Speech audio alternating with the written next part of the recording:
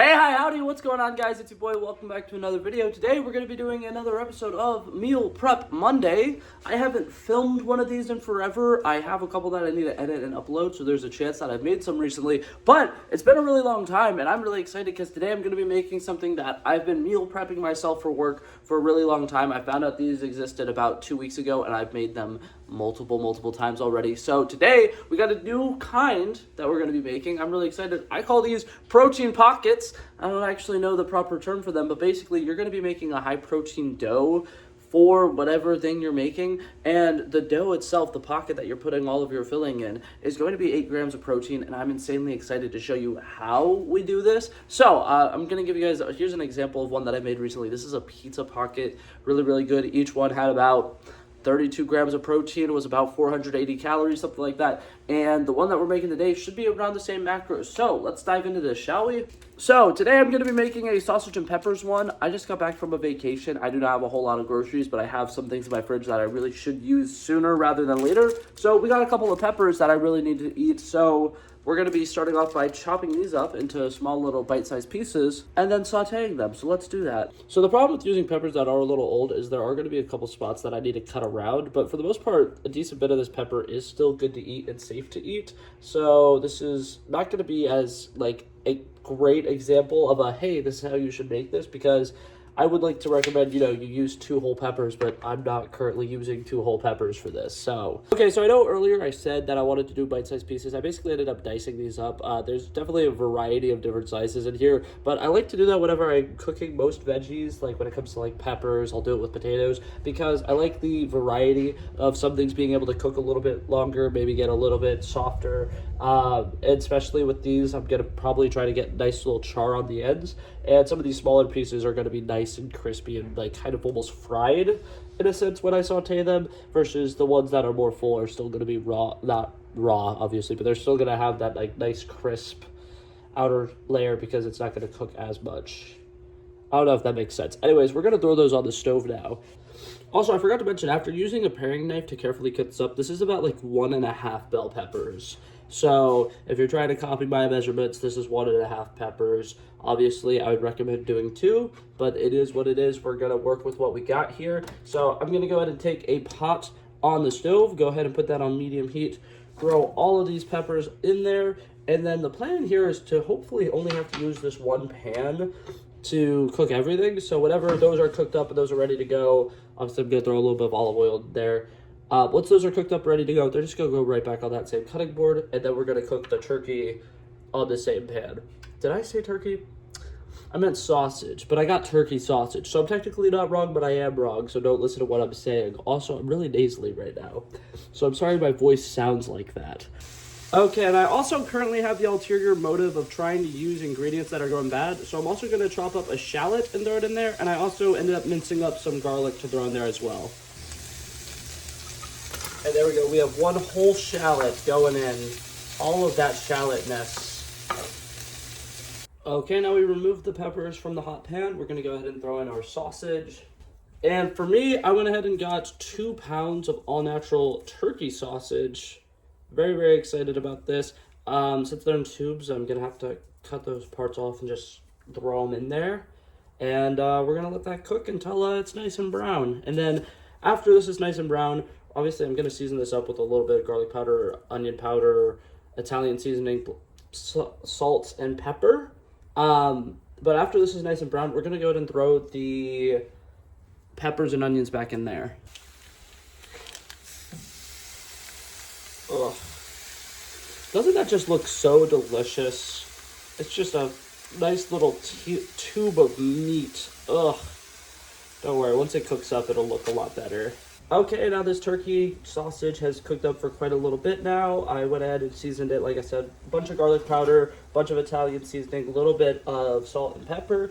And now that this is nice and cooked up, I've drained all the fat. I forgot to record it. I have to drain fat the ghetto way, where you push all the meat to one side and then you put a paper towel down and just let it absorb things. And I'm going to say this, I'm not sponsored, but Brawny paper towels might be the most absorbent paper towels ever. I literally only had to use like 2 sheets of paper towels, and I drained an ungodly amount of fat from here. But now that that is nice and cooked up, we're going to go ahead and throw this in. back our peppers and our little onions, a little bit of garlic, whatever situation we got going on here. We're going to let everything cook together for a little bit, and then I'm also going to go ahead and throw on some tomato sauce. Not a whole lot, because you don't want it to be too liquidy, but also for the pockets, because you don't want them to dry out. You do kind of want there to be some kind of liquidy base in here, and I think that that liquid base being a little bit of tomato sauce makes a lot of sense, because it's sausage and peppers. It's a traditionally Italian meal. So we're going to go ahead and do that now. And now with everything else that I have going on in here, this is also, I have this ingredient in my fridge and I need to use it. So we got that tiny little bit of sauce. Honestly, I might need a little bit more. So I have another thing of sauce in there that I can also use. Obviously, since I'm out of jar space, we're going to use a little bit of this pizza sauce, which is very conveniently in my fridge right now. Just going to do a little bit of that. A little bit of this, a little bit of that. Oh, this is also running low. I might end up using the rest of this just out of convenience sake, to be honest. Okay, now that we've added sauce, we've added the peppers back together, we're going to let this marinate together for about 15 minutes. One last ingredient I want to add before I do that is I am going to throw in some Parmesan cheese. Parmesan cheese is probably the best cheese when it comes to protein to fat ratio. A lot of cheeses are very fatty, but still offer a decent bit of protein. Parmesan is one of the ones that are lower in fat and still have a good punch of protein, because actually, if you have a serving size of Parmesan cheese, it's about 7 grams of protein, which is pretty solid. So once again, not a whole lot in here. I would recommend using half of the bag of Parmesan cheese. I personally don't have half a bag, but that's okay. Okay, and I let that all cook together on the stove on a simmer for about like 15 minutes so everything is nice and put together. Trust, it smells absolutely phenomenal. I'm really excited about that. But now we're going to go ahead and preheat the oven to about 350 degrees. And we're going to start making the protein pockets that I was talking about earlier. Okay, now one thing that is really good about this dough is since you're using Greek yogurt to make it, you can potentially go out and buy Greek yogurt that has more protein in it. I'm cheap, so I just got the basic name brand. This is going to have about 18 grams of protein in it, but it'll still work. So for this dough, you're going to want to do equal parts flour, self-rising flour, and equal parts yogurt. Oh, but Blake, I don't have self-rising flour. I do not either, so I'm going to be showing you guys what to do in the case that you do not have self-rising flour. The video that I saw recommended you do 500 grams of flour and 500 grams of yogurt. I don't feel like getting a kitchen scale out. I feel like that's going to be a lot more work. We're going to put about 3 cups, not 3 cups, we're going to put about 2 cups of flour in here and then about 2 cups of yogurt. Right now, I'm just kind of putting in little half cups because I'm really struggling to scoop this out. But that being said, you can add a little bit more yogurt if it needs a little bit more liquid. You could add a little bit more flour if it needs a little bit more flour. It does not need to be perfect. But like I said, I don't have self-rising flour. So what do we do in that instance? You're going to want to add salt. And you're going to want to add about 2 tablespoons of, because I'm doing 2 cups, you want to do 1 tablespoon of salt, 1 tablespoon of baking powder for every cup of flour you're using. So here's me adding in a bunch of salt. I'm just kind of going to eyeball it. And here's me adding a little bit of baking powder. Once again, just going to eyeball it. I think I just said tablespoons. It's supposed to be teaspoons. I don't remember if I said teaspoons or tablespoons. We're just going to add a little bit like that. Something like that should be good. I also like to add a little bit of seasoning to this because it's going to be like your bread, your base. So if you wanted to, taste like maybe garlic bread, you can add some garlic. I'm currently adding in a little bit of onion powder. And then I'm also going to add in some garlic powder and a little bit of everything bagel seasoning because I'm a big fan of everything bagels. And this is going to make it taste a little bit more like an everything bagel because, to be fair, not a diss at this dough or the original recipe for the dough that I found. If you don't put any seasonings in this, it's just going to taste like nothing. It's kind of going to taste rubbery almost. So me doing this makes it where now it has a little bit of flavor. It's going to be pretty nice. And because I'm running a little bit low on my yogurt, I'm not even going to bother actually measuring this. I'm just going to get literally all of this yogurt in here. And then if I need more yogurt, I have another container on the side But we're going to start off by mixing this and seeing if I do need more. I think I am unfortunately going to need more, but like I said, you want to do about 2 cups of flour. You want to do about 2 cups of yogurt. So it's nice and equal. Okay, now when you mix this in, you're going to want to start using your hands after a little bit. I don't want to get my hands dirty just yet, so we're going to go ahead and start folding it in. That's the important thing. You want to make sure you're really getting the bottom of the bowl here and making sure that all of the liquid is mixing in with all of the dry flour. It's going to make a very clumpy ball, and for a while, it's going to kind of look like it's not coming together. Trust me, you need this for about like 5 minutes before it actually becomes a little dough ball. It's just kind of going to look very clumpy and weird and gross. I promise it's turning into something. It's just going to take a second. This is what it looks like after mixing it with a rubber spatula for about 12 minutes. I'm going to start kneading it so you can see kind of the difference and why it's important that you actually knead the dough instead of just kind of using a rubber spatula, because your hands, they get it done a little bit better, unfortunately, for me, who does not like touching weird things. But yeah, you just kind of want to fold everything together. Like I said, if you have too much dry ingredients and you need to add a little bit more yogurt, you can add a little bit more yogurt, and vice versa. If it looked a little bit too liquidy and not thick enough, you could add a little bit more flour. I think for the most part, it looks like I have a decent ratio, but I honestly might need to add a little bit more yogurt. Time will tell. Okay, so after kneading it for 5 minutes, I finally got my dough ball. I ended up not needing to add any yogurt or flour. It is going to be a little sticky on the outside. Don't worry about that. Whenever you go to flatten it out, you can just dust it with a little bit of flour. That'll be fine. Typically, they recommend that you cut this ball into 8-size pieces. I'm going to keep it real with you. In my experience, if you do cut it into 8s, you're going to be making really tiny little pockets. So I would recommend doing 6 and making them a little bit bigger, but you can do 8 and it'll also work, and it'll be basically the exact same steps here. But like I said, I prefer mine a little bit bigger. You don't have to do it that way, though.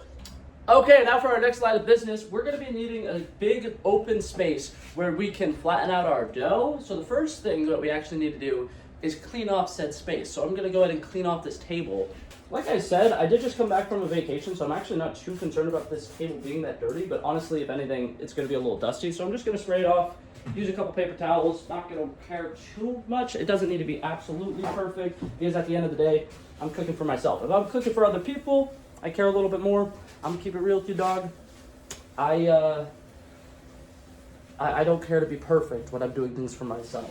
Okay, now our first line of business is, like I said, we have to cut this into 6s. So we're going to try our best to do this as evenly as possible. Like I said, since I'm making it for myself, it doesn't need to be perfect. If it's not absolutely symmetrical, if it's not 6 perfectly even slices, it's not going to be the end of the world to me. So we're just kind of going to cut in there, rotate it again, cut it something like that. And then I'll be able to kind of also distribute, like, say this piece is way too big. I can take a little bit from that, put it in there, roll it up. Does not matter. We're going to go ahead and roll these into 6 individual balls, if I can. And we're going to get these started, shall we?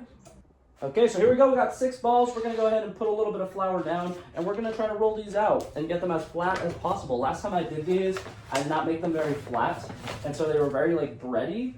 And I'm hoping this time I can make them a little bit flatter. If not, it's not the end of the world, but it kind of actually is. It is the end of the world. I lied. Take this bad boy, pound it down, flip it over, pound it down, pound it down, pound it down. So obviously, right now, very thick, right? What we want to do is make it so that it's not as thick. I don't think I have a rolling pin, but I am going to check now. Okay, no rolling pin was found, but we have the next best thing, a glass bottle. Typically, you would want to use a wine bottle. I don't currently have any wine bottles because, like I said, just got back from vacation, haven't had a chance to hit the liquor store yet, which actually somebody should be proud of me for. I've been home for 2 whole days and I have yet to get any form of liqueur. Somebody pat me on the back, please. Okay, so we got that. It's there. It's nice and thin. We're going to go and put a little bit of filling in the middle, fold all the corners in. It's kind of going to look like a Crunchwrap Supreme from Taco Bell. Ta-da, filled, something like that. And like I said, literally just fold in every single corner.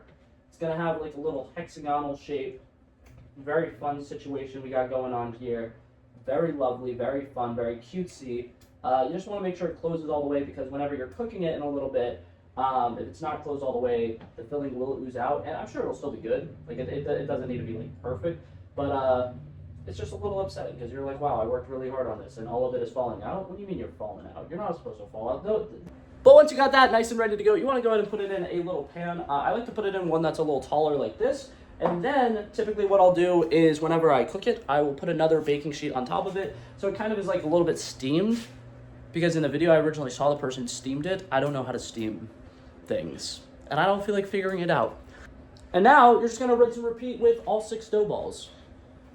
Okay, so this is what they're about to look like before they go into the oven. Whenever I cook them for about 20 minutes. I flip them about halfway through. I'm also, because I really liked the everything bagel seasoning, I didn't do that last time I made them. I think I am gonna try to sprinkle some everything bagel seasoning on top and kind of like press it into the dough.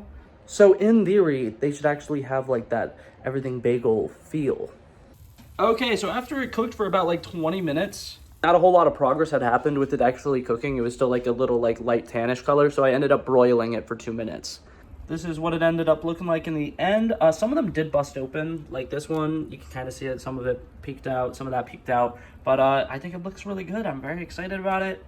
The crust is gonna have a nice crisp little cut. I'm very excited, but yeah. Oops, future editing Blake chiming in here. I completely forgot to show you guys that cross section, and I went to go take the pictures for the thumbnail, and I was like, wait a minute, I should probably show the people watching the video. This is what the inside of them is gonna look like. Like I said, nice thin little crust layer on top, nice little thin crust layer on the bottom, and absolutely yummy and delicious good stuff on the inside. I'm fully guesstimating here, but I will say each of these is going to have about 480 calories and is going to have about 30 grams of protein. The pockets themselves should have about 7 grams of protein in like the dough itself. And all of the sausage on the inside obviously packs a decent bit of protein as well. If you had more Parmesan, like if I had more Parmesan, these would be closer to 35 grams of protein per, but I didn't have that much cheese and I didn't feel like going grocery shopping. But yeah, that's going to be it for this video, guys. Thank you guys so much for coming by and checking it out. I love and appreciate you guys so much for watching. And if you liked it, feel free to like and subscribe, and I'll hopefully see you guys in the next one. Peace out. Bow, bow, bow.